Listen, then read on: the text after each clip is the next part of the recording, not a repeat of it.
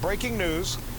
President Trump is now saying that Iran is planning a sneak attack on U.S. troops in Iraq. Upon information and belief, Iran or its proxies are planning a sneak attack on U.S. troops or assets. And if this happens, says the president, Iran will pay a very heavy price indeed. And he's making this very important global announcement on Twitter, by the way. All right, joining us now, former British MP and international analyst for us, George Galloway, who's good enough to join us. I guess, you know, it's funny, George, I had planned to start this conversation with you about something you and I had been talking about this week, and that is countries maybe growing closer together because of the coronavirus. But this bulletin just arrived from the President of the United States on something he tweeted. What sayeth you to this?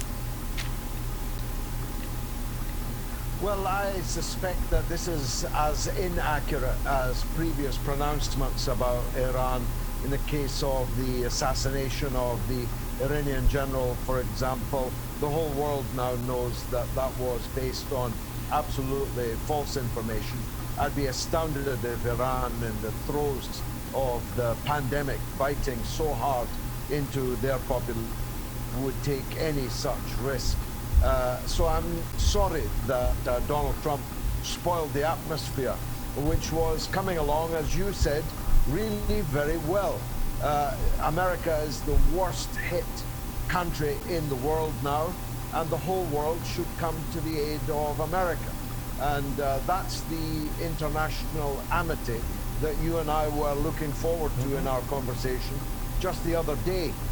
China, Cuba are all over Europe now. There are Chinese, Cuban, Russian medical personnel, airplanes arriving, equipment, protective equipment, diagnostic equipment, and so on being unloaded.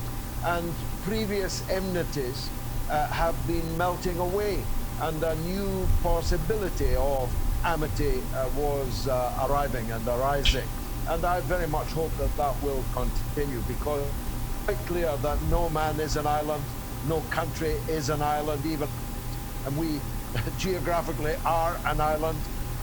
No one is safe from the passage in space via droplets of a hideous weapon, which is nobody's weapon, but is killing indiscriminately and harming indiscriminately. Even politicians, royals, doesn't make any exception for how much of a VIP break.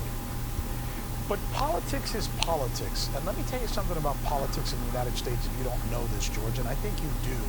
It has a lot to do with money, and it has a lot to do with people who give money to campaigns. And one of the richest men in the world is Sheldon Adelson, the casino magnate. And I guarantee you that right now he is applauding this tweet by Donald Trump. I'm sure that that's true. I continue to believe, not many of my fellow thinkers do, Donald Trump's best instincts are not bad instincts. As I listened to him there on your show, he sounded kind of like a big, bluff, naive American whose heart was in the right place. And if Donald Trump would be free to act, I think he'd act a lot better than he has been. He's surrounded by people, funders and lieutenants like Pompeo, for example, who is, I think, highly problematic in the U.S. administration, always turning up the volume of aggro, as we call it, rather than turning it down. I believe that we have a situation where the Democratic side of politics in your country hates Russia, and the Republican side of politics in your country hates China, and none of that is doing anybody any good. So I hope that we'll go with Donald Trump's better instincts, that good angel on his shoulder, which says, people are surprising me, happily surprising me, with their openness, with their willingness to help us, and we embrace it, and we will reciprocate it implicitly.